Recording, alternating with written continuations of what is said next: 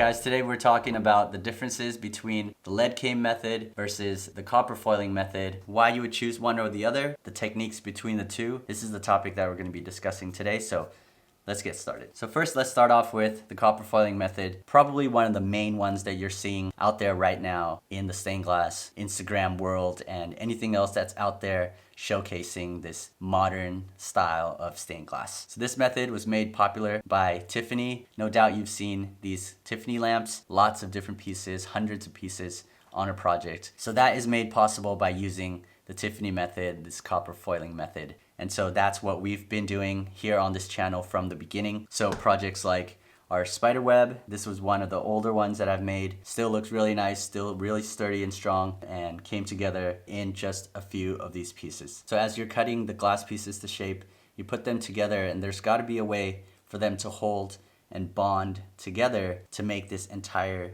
solid unit. So that is where the copper foil comes into this whole thing. This is a strip of copper, very thin copper tape that you simply wrap around those glass pieces, and that tape can now be bonded together using solder. Solder gets melted in between the copper strips, and that will actually bond those copper tape together. And once everything is covered in solder, then you'll have something that looks like this. Now you can start off with 2D and do something small like this, a feather, honeycomb, something that's very easy to make, and you can go pretty large into, the next step like this, where there's multiple pieces, lots of different shapes. You can just keep going and growing with this, and you can see the teeth are individual glass piece that is wrapped in the foil and then held on with the solder. Now these lines are separate. Those are still copper foil tape that is cut to that pattern design, and then I just put some solder on top of that to make it. So this is something that you can make using copper foiling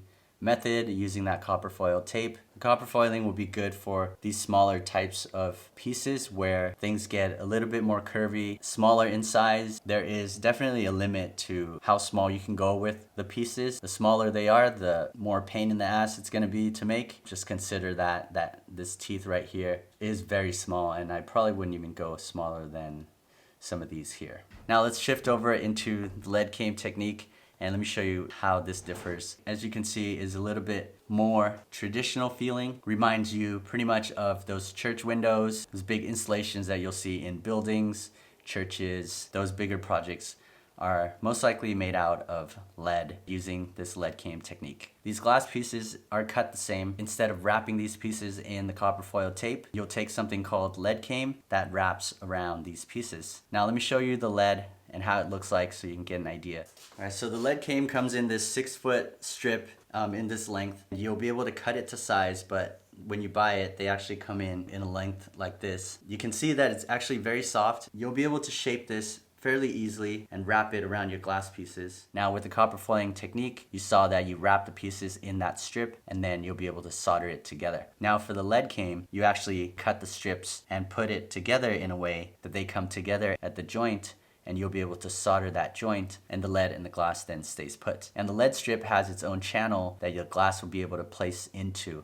So you'll have something called a U-came, where it looks like a U shape, and that is where the glass slips into the U channel, into that slot, and the glass is held together within that slot. Now there is something called an H-came. There is 2 slots now that you can have one glass on one side and one glass on the other. So this one joins 2 glass pieces together. So that is why it's called an H-came, and it looks like an H. So most likely for the borders of your project, you'll be using the U-came as the outside borders, and then on the inside between the glass pieces, you'll be using the H-came. So all these pieces on the inside are H-came, and that's where the 2 pieces are joining each other, and you don't need to add solder to the lead. And then where they come together and meet each other, that's where the solder gets applied. So for a project like this, where there's a lot less pieces and the pieces are actually a lot bigger, you can use the lead came method. You can definitely use copper foil for this project, and it will look a little bit different. The clean lines is what most people go after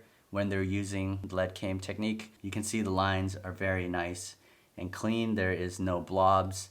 You can also do that with the copper foil, but for a project like this where the lines are very long, you want the cleaner lines, then I suggest going with the lead came method. There's different sizes of the lead strips.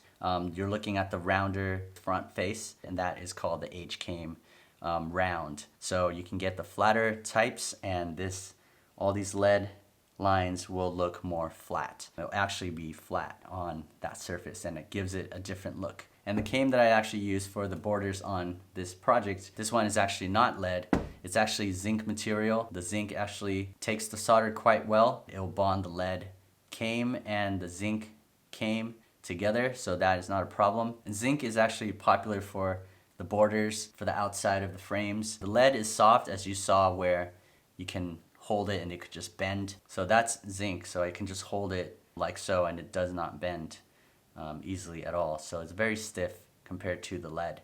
So for the borders, if you want more of a straighter look, a little bit of a stiffer look, then you could go with the zinc versus the lead came. Just like you can get the U shapes of the lead, they come in U shapes of the zinc, the brass, copper, and I think that's about it. Maybe there's some other stuff in the U shape. Oh, and also the H cames. So the H and the U all comes in varieties of different materials, different metals, so you can choose that to put into your project. So for this one, to sum it up, I've got the zinc on the borders and the lead came on the interior. And then what is special about this is that there is also putty that gets applied in between the glass and the lead, where this becomes waterproof. So it's meant to be set outside, and it could take all the weather and everything like that. I think with the copper foiling method, it is a little bit more fragile, but I know people use the copper foil method for the outside stuff as well. There is probably ways to go about making sure that it is also weatherproof, but you'll notice that most of the projects for copper foil will be mostly for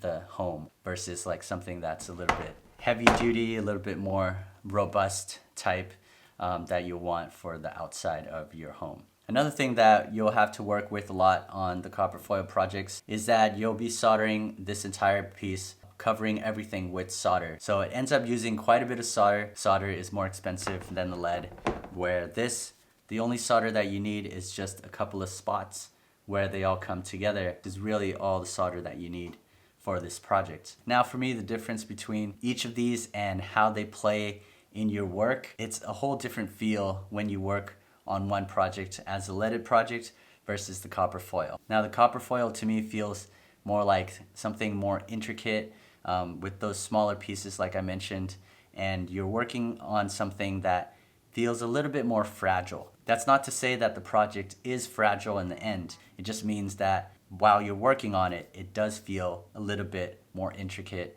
in the handling of things. These pieces are smaller. You have to take your time in wrapping the copper foil and making sure that all the lines are nice and straight as you're soldering them. Those smooth lines are the things that you're looking for in the copper foil projects. Once you get to that point where your solder lines are a little bit cleaner, then those projects will look a whole lot better. So there's definitely a lot more soldering involved in the copper foil method. Now on the other hand, the leaded panels feel a lot sturdier, feels really solid. The lead is heavier and the frame as well, and so everything just adds to the heftiness of this project. This is just a solid mass that would be a little bit harder to break. If I were to smash this on somebody's head, I'd rather get smashed by this than with this here. Oh, and then the putty adds that weight to it too, so this is probably 2 times heavier than this right now. If you have to hang this on a wall, you'll have to make sure that it's completely sturdy versus a project like this where I just have a few of these jump rings on here and it's really not that heavy at all. Same with this here, so you can just handle that quite easily. So when would you want to apply the copper foil method for your project? This would be when you have those smaller pieces and probably lots and lots of those smaller pieces that you want to come together without having to cut all these lead lines and have them fit perfectly, so you'll just be able to wrap easily those pieces in copper foil and have those come together and just solder away. These pieces, when it gets to something like this small, you don't want to be cutting the lead strips, fitting the strips right here. It'll cover a lot more of these pieces. That lead line actually is pretty much as small as it goes, and so you can't really get these thinner lines. So if you're looking for thinner lines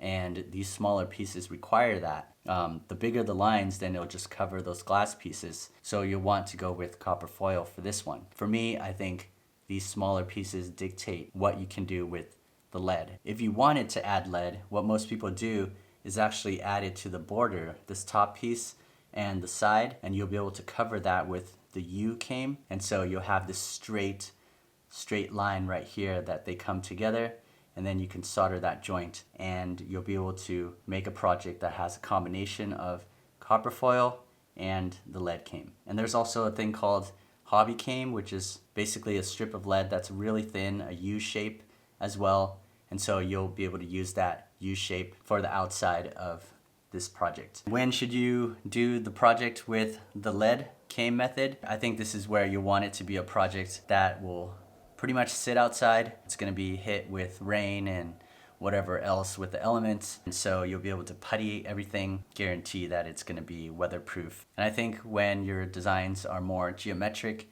and less odd shapes and curves, you also want to consider the weight of this as well.